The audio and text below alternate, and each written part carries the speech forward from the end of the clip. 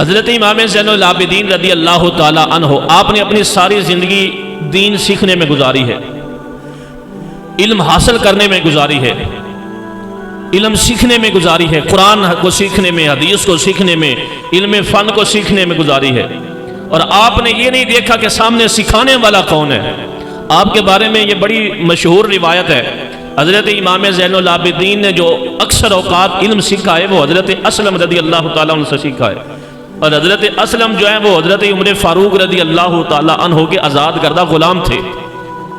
ایک غلام سے آپ نے ساری زندگی دین سیکھا۔ جب آپ کا وصال ہوا حضرت اسلم کا تو ان کے بیٹے حضرت زید بن اسلم سے پھر آپ ساری زندگی دین کا علم سیکھتے رہے۔ حضرت زید بن اسلم ایسے مجلس سجی ہوئی ہوتی، حضرت امام زین العابدین وقت کا گدی نشین ہے، حضرت امام زین العابدین واحد چشم و چراغ ہیں آل رسول کے، وقت کا امام حسین کا سجادہ نشین ہے، لیکن آپ نے اپنی گدی کو نہیں دیکھا، اپنی سجادگی کو نہیں دیکھا کہ میں بڑا سجادہ نشین ہوں، آل رسول کا فرد ہوں، میں علم نہ بھی سیکھوں تو کون سا رج ہے، لیکن آپ نے اپنی گدی کو ایک طرف رکھا اور آنے والی نسلوں کو یہ تعلیم دی کہ اپنی مسند کا استعمال نہ کرنا، اپنی مسند کی آڑ میں جاہلیت کو نہ اپنانا۔ اتنا بڑا گدی نشین ہو کر، امام حسین کا جانشین ہو کر قرآن اور حدیث کا علم سیکھنے کے لیے حضرت زید بن اسلم کی مجلس میں حاضر ہو جایا کرتے تھے۔ جب آپ ان کی مجلس میں حاضر ہوتے تو لوگوں نے سوال کرنا شروع کر دیا، حضرت جی آپ ایک زید بن اسلم غلام کی بارگاہ میں آ جاتے ہیں، انت سید الناس، آپ تو لوگوں کے سردار ہیں، لوگوں کے امام ہیں، لوگ آپ سے محبت کرتے ہیں، سردار ہیں، تو آپ ایک غلام سے علم سیکھنے کے لیے آ جاتے ہیں۔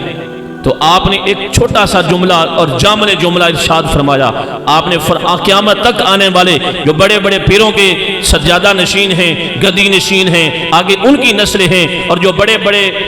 پیروں اور علماء کے بیٹے ہیں، ان کے لیے بھی یہ جملہ ارشاد فرمایا۔ آپ نے فرمایا کہ یہ یاد رکھنا، انہو ینبغی